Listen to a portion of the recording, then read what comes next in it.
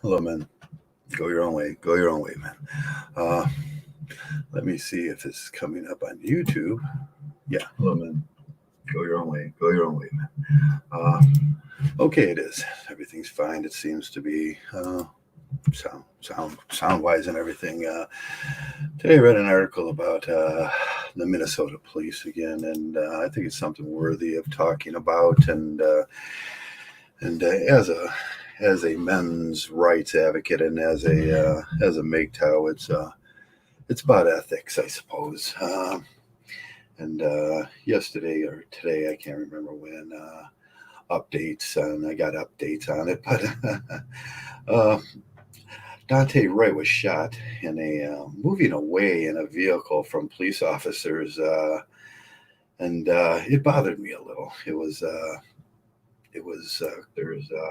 quite alarming that there seems to be three stories that came up too. The first story was it was an officer, just he was moving towards in a harmful manner. Then the next story was there was a warrant out for his arrest they could only know if they had his information, and if they had his information and he was pulling away, you just let him go and then collect him up later when he goes to get his license, or you go to his house and you do that and collect him up. But obviously, that was an obfuscation. It was a lie. So the next story came out and says the officer meant to fire a taser, but he fired his weapon, which makes no sense. He was trying to knock out the car with a taser. Makes no sense. All three articles really make no sense at all. And then I have a different take on this. They pulled him over for a simple traffic stop, which you were trying to extort money out of him. By driving away, Daunte committed the worst possible thing he can do. He was defunding the road tax scams by the state and the fund that they use to fund oversized police departments. We talk about this a lot on my channel. Oversized police departments. In my area, we have about 200,000 people, and it's kind of a small. Well, it's a big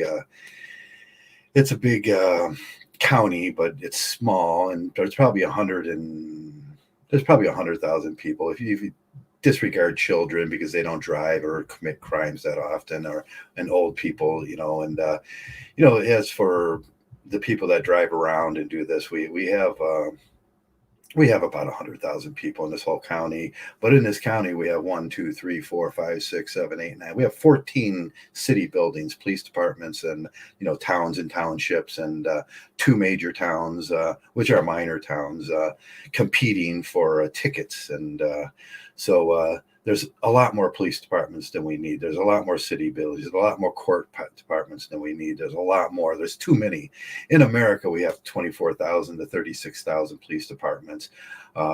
In the UK, they have like 600, and in Japan, they have like 100 police departments, and it takes care of larger areas. And they drive to where they're supposed to do, and they get the job done. But in America, we seem to think that we have this right to we have police departments in this town so close that you would think that it was ridiculous. We in the town of Sheffield, Elyria and Lorraine are only this far apart on the map, and we have fully funded police departments with courts, and in each of those towns. We get, as you go out in Cleveland, you have a lot more. Every town has a police department. They think what their job is to go give out tickets, and these are what I call fraudulent police departments. There's oversized police, and they're offering services to solve a non-existent problem. There is no problem in that town. You could group these police departments together and get the same results and not give out it. But this is more commonly known as racketeering. When people do this, they want to solve a non-existent problem by overfunding themselves.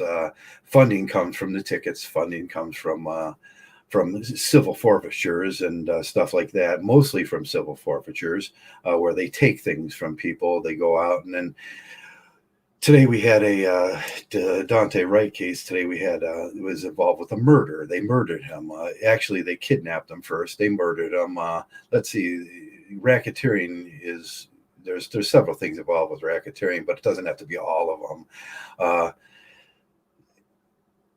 They stopped him, they kidnapped him, and pretty much murdered him. And it's a problem. We have a police problem in America because we have 26,026, plus we have FBI, plus we have Coast Guard, plus we have blah blah blah. We have blah blah blah. So much more. There's thousands and thousands of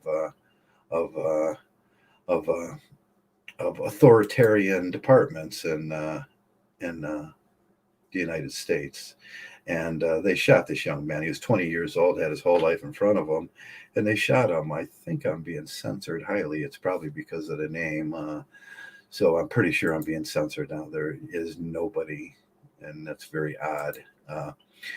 So this young man was shot, and this goes along with my my ideas about he's extremely bad apples. Hello, Stephen. Hello, Stephen. Yeah, they shot this young man in his youth. His girlfriend was sitting next to him too, so they were randomly shooting through the car that he thought was a taser. That he said he thought he was going to knock the car out with a taser, which is just a stupid comment for that chief of police to make. And the bullet could have went through the car. It could have hit a small child. There could have been just a plethora of other things that happened, but it hit the driver and killed him, which his only crime was trying not to be embezzled by the police department. And you could see the lies as they occurred. They knew who he was because they had a warrant out for him before that. Hello, Black Whiff. How you doing? Hello, RP. Hello, Stephen. So I think I'm being highly censored here because of the nature of the. So it doesn't really matter. I wanted to talk my way through this, and the police department is one of those social facts I talk about. It's a material social fact. It's an institution, and what happens is in social institutions like that, the institution, according to Durkheim, the institutions start existing for their own self-preservation. They start doing things for themselves, not for the people. And in this case, giving out tickets. You have 24,000 of these things. We'll just say 24,000. There's more around the United States. It's obviously about it's 6x more than in any country in the world. And then they become the social institution that has to fund themselves. So they're giving out tickets, they're taking houses, there's taxes on your houses, there's taxes on your, it just becomes very, very encumbering to the local people. I stopped driving about 5 years ago, because I have a van. It's a gray van. And I was getting pulled over like 5 times a year. No, let me see behind. Like I had immigrants in the back of my gray van, or there's assumptions that people make with that. It's a carpet cleaning van. It's a restoration van where I restore houses and stuff. So I was getting pulled over, and every time they pulled me over, they wouldn't say like what they pulled me over for. They would just make up the charges afterwards to, and it was 200. And then I stopped driving after that. After like my 12 points, I was like, I had to pay a reinstatement fee. And after that, and I started complaining. I said, you're just pulling me over because it's the myth of the white van. And I seen it firsthand that they were just embezzling money out of every time I seen in this neighborhood the myth of the white van, they just pull white vans over because of some weird reason that's really garbage and on their own heads. Like white vans, or there's just rapists running around in white vans and everything. It's like, no, there's workmen running around in white vans, and workmen make money. And if you pull them over, you get money from the work. You embezzle money out of the workmen. But this has become almost in America, it's become racketeering. I just read an article.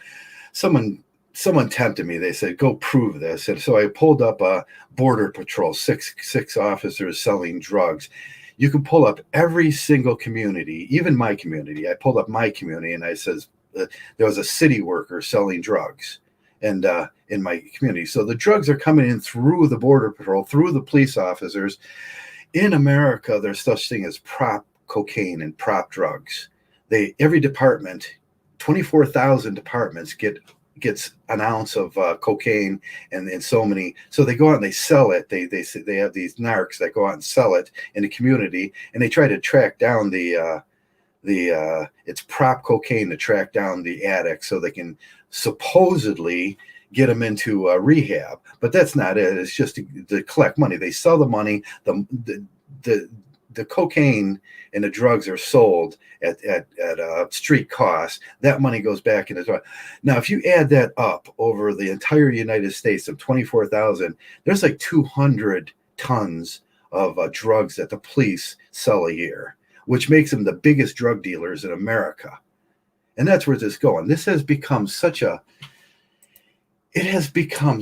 institution of racketeering, of drug dealing, of controlled substance, of extortion, of robbery, it's a gamble too. They're gambling, they're kidnapping people. And today with this with Daunte Wright, they murdered another person. And this is not uncommon for cities. You're not going to hear all the stories. You're going to hear stories that are important to the press. But if you type in your neighborhood, you're gonna get a story about some horrible police officers that did some horrible things. I could tell you in my small neighborhood, they've done horrible things 4 or 5 times that didn't even make the paper. It didn't even make the paper. So this is an institutional problem where it's a social fact that institutions become self-interested in their own cause, employing themselves, making sure they have a job, making sure their departments grow and they're bigger and better and they can work in comfortable situations. Instead of downsizing in America, we're upsizing. But that costs you guys, every one of you guys, it costs money. And the extortion, your road taxes, the tickets, the house taxes, it all becomes too overwhelming at a certain point. And that's what you're seeing in America, breaking out. Even Mgtow talks about this. Mgtow talks about this all the time about from HHS, from child support to protect the girls, to all this garbage that men have to put up, along with trying not to get shot because I'm riding my bike at night by police officers that just want to harvest tickets from me. And I worry about that too. I worry about at what point are they going to start giving pedal bikers tickets? And they've done that in California. I think JK can attest to how many tickets they give out in California for pedaling your bike around. And it becomes all it becomes all so reckless of them. And it becomes these maximized social institutions that should not exist, and they should not exist in that capacity. You could hit the donation thing there, or you can. I usually put up on one of my videos. I put up on some of the older videos. You'll see a PayPal extension that I didn't put up. This world is becoming like a prison yard. Yes, Stephen Hill, you're exactly right.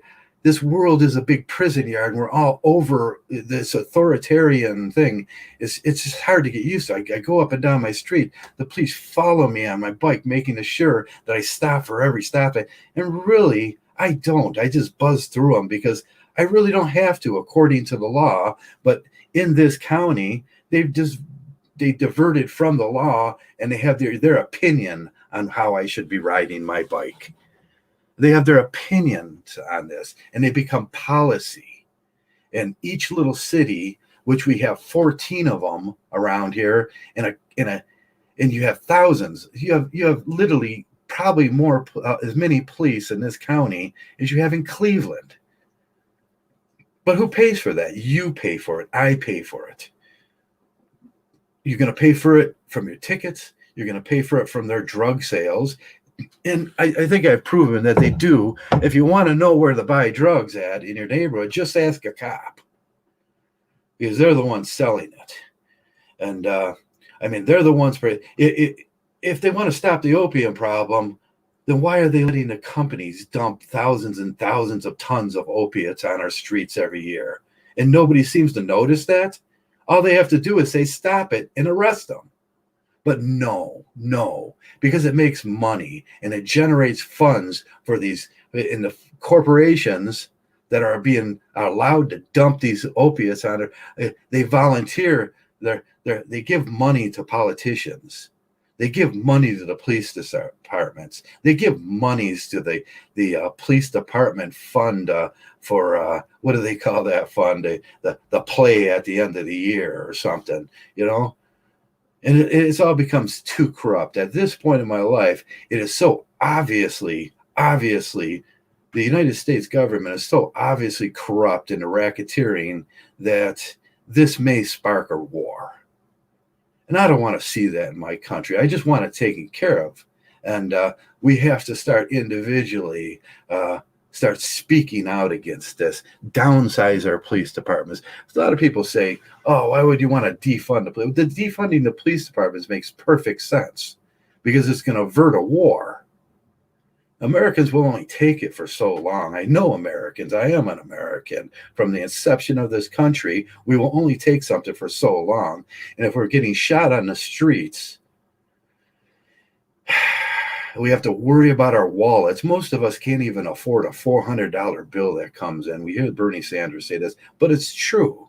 Most of us, there's too little jobs. They're extorting money for these police departments, and this goes down into your house taxes. It goes down into, you have to take loans. You have to do this. You have to do that. It's the company store policies that are highly illegal that we talked about in the early 1900s. I mean, because the city and the police and the agencies around here become the company store. They start taking the houses. They start cannibalizing the cities is what they're doing. And that's what I see around here. We lost our steel mill. We lost Ridge Tool. We lost we lost so many companies around here to just, they left and went overseas. Somebody just came in and bought our steel mill, closed it down, and took it to Mexico. That's what they did. We have. Let me put this picture back up here so you can see what it looks like. That's a very nice picture. That's a picture right there that everybody. Oh, look at the nice parks we have, but seems to not be working. Okay.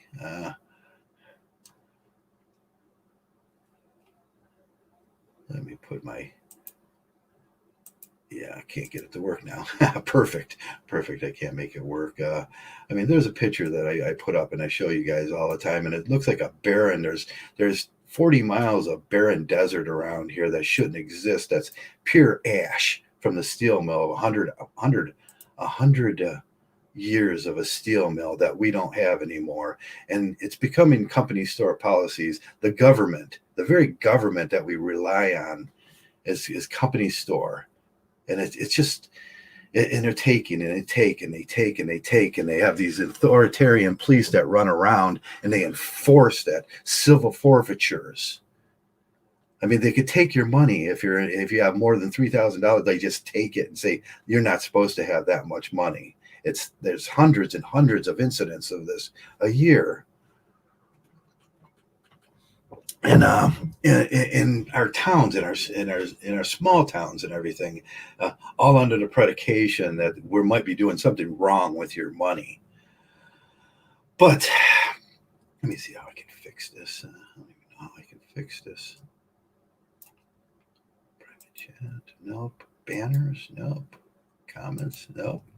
Private chat, brand. It's supposed to be in brand, but it's not. Oh, let me go to settings. Let's go to green screen. Oh, there it is. Boom, there it is. There's the picture I want to show you. That's what a city looks like after. Nothing grows. You can see the sticks. You can see that this is half our town. Nothing grows. It's poisoned land. And this is what we got for 100 years of a steel mill. And it's closed down. There's the steel mill in the back. You can imagine a 4 or 5 mile steel mill, how big that thing is, and what this entails here. That's all. That's all ash from the steel mill over 100 years that they dumped, and it grew and it grew and it grew and it grew. But, but that's not what we're here. We're here to talk about. We're here to talk about the Derek Chauvin murder, and also say it just as it is. It's a murder. They murdered the young man. I wanted to open up this for anybody that wants to come in and talk about this, because it really upset me when I see this. When I see these things, I wonder, wow. I mean, it's supposed to be getting better, and we're supposed to be talking about this, but every time I look, it's getting worse, and it's getting worse, and it's worse, and another person, and soon it'll be you. But the pressure that it puts on each and every one of us, there's the link if anybody wants to come in. The pressure it puts on each and every one of us, and the extreme pressure that it puts on men is becoming absolutely disgusting. I can't even run my business. They'll put me out of business with tickets running. I can't travel from one place to another, do a job, and come back. Because they'll put me out of business. I stopped driving 5 years ago for a reason, because I can no longer afford those 5-10 tickets a year, $200, $300, $400 for no reason at all, for absolutely no reason at all. And that's what they pulled this young kid over for.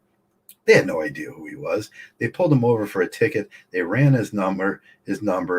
They were going to extort him. It's bribery. It's extortion. And they wanted to kidnap him and put him in jail. And he's seen that. Let's say it like it is. Let's say it like Marcus Aurelius would say it.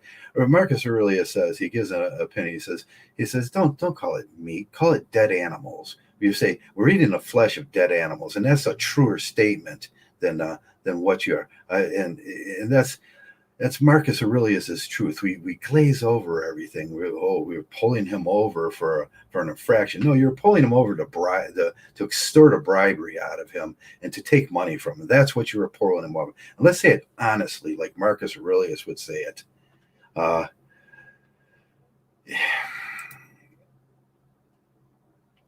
And that's the way we stop to. When we talk about these things, it will get, as Mgtows, we talk like this all the time. I mean, look at my Trav the paint. And by the way, I'm Trav, the patron saint of strippers. But this thing bothers me. If anybody wants to come in and join me on this and talk about it, what's your take on this? Why would he shoot at a car that was moving away from him?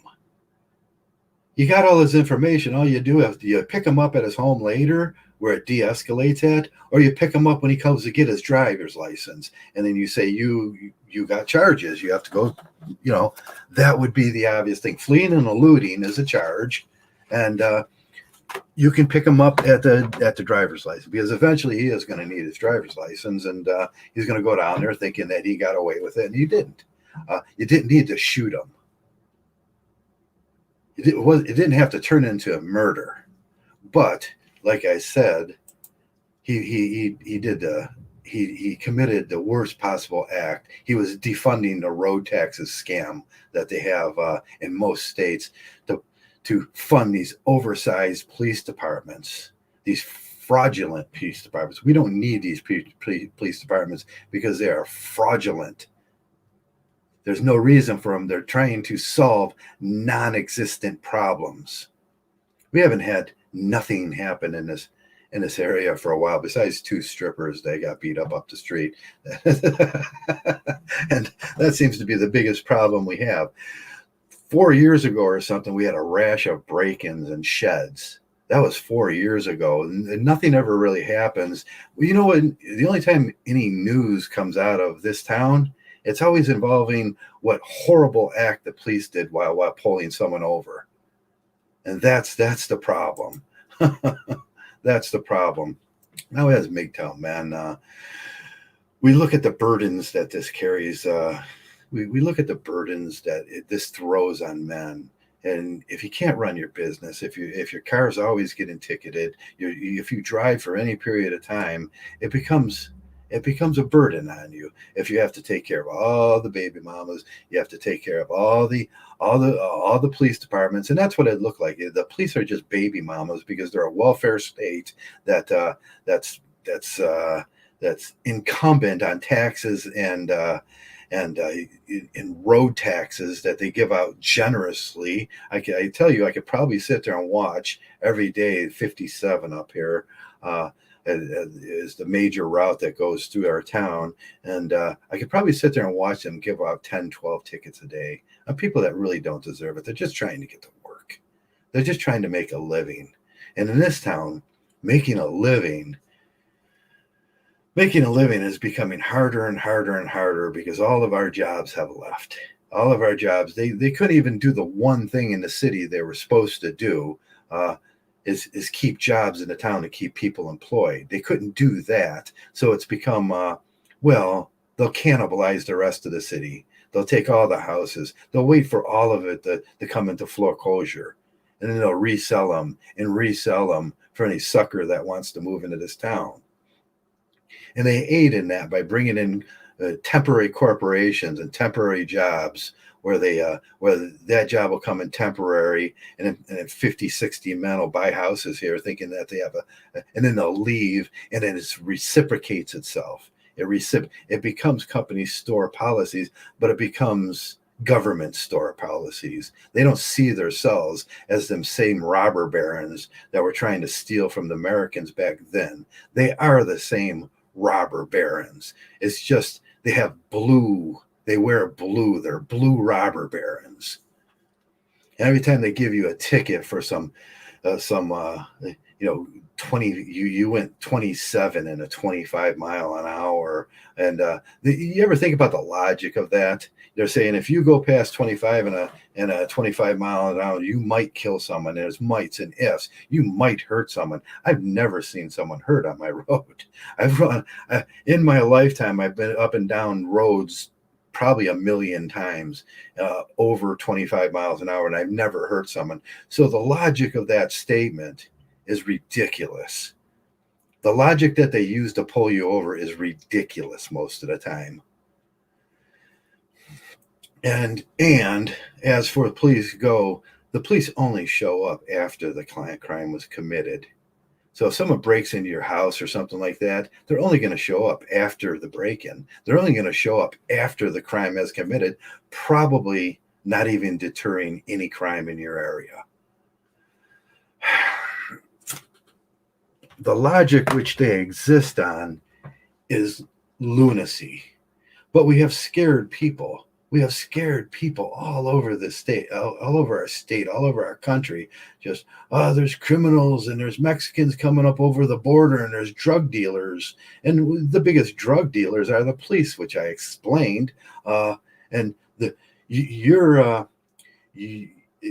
Statistically, you have more of a chance of getting shot by a police officer or being put in jail for a fraudulent charge than you do have actually a criminal coming in your neighborhood, especially in this neighborhood where we just don't have crime. But, hey, maybe they'll send a few thugs here to shut me up. That would be perfect.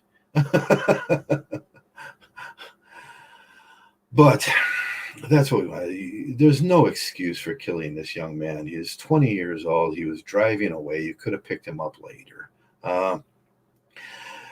But our police departments are oversized, overfunded, overbloated, just wrecking balls. They're wrecking America. There's 24,000 of them, and we need about 600.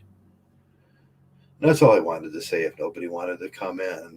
I wanted to vent today on this thing. And it has a lot to do with Durkheim's social fact, and it has a lot to do with our government's getting too big. Our Health and Human Services oversight. It's $3.6 trillion, maybe 4.2 this year, to run this thing. We need to get rid of marriage systems. We need to get rid of police departments. We need to get rid of divorce systems. We need to get rid of lawyers. All these things that tap money out of your pocket as a man. As a male in this society, we are getting so overtaxed. Men are dying earlier. They're working themselves to death on this American dream that no longer exists. And until we downsize our government, this thing ain't going to stop, and it's going to escalate. And sooner or later, they'll be shooting at each other. Then we'll be like every other third world country, because we almost are a third world country. Just this last summer, the last summer over, I told you I woke up and there's no water. My only supermarket was shut down. They opened it up. They got the electric back in it. This was during the pandemic rise, and I look and there's no food in there. There's no milk. There's no eggs. There's no cheese. There's no frozen. There's no meats. There's just canned vegetables. And this is the kind of, I'm thinking, what the fuck? What the F kind of country that I don't have no water at the house. There's no food in the groceries. And they took it because, well, they shut it down, and they took it to another county where the rich people live. That's what they did when all that was going on. And I was just so insulted about that. But that was a preview of what's coming. That's just a preview of what's coming. You're going to wake up one morning, you're not going to have electric water, there's not going to be food, but all those people that work for the government are going to be, oh, we're fine. We live in the better areas. We've extorted so much money out of you that we'll just make ourselves our own little country, and that's casteism. And that's what they did in Pakistan and in India. They have casteism where the government protects itself, and you can become a part of that group, that special group, them elite people. And to heck with everybody else. We don't need that here in this country. We got to start taking a look. Philosopher kings have to start taking a look at this. That's all I wanted to say today. I wanted to vent a little and maybe talk a little Mgtow, but I'm being highly censored today. And so I'm going to end this. Thanks a lot, man. Thanks a lot for coming around. Thanks about listening to my rambling and my excessive logic when I'm talking about these things. And most of all, thanks a lot for being Mgtows.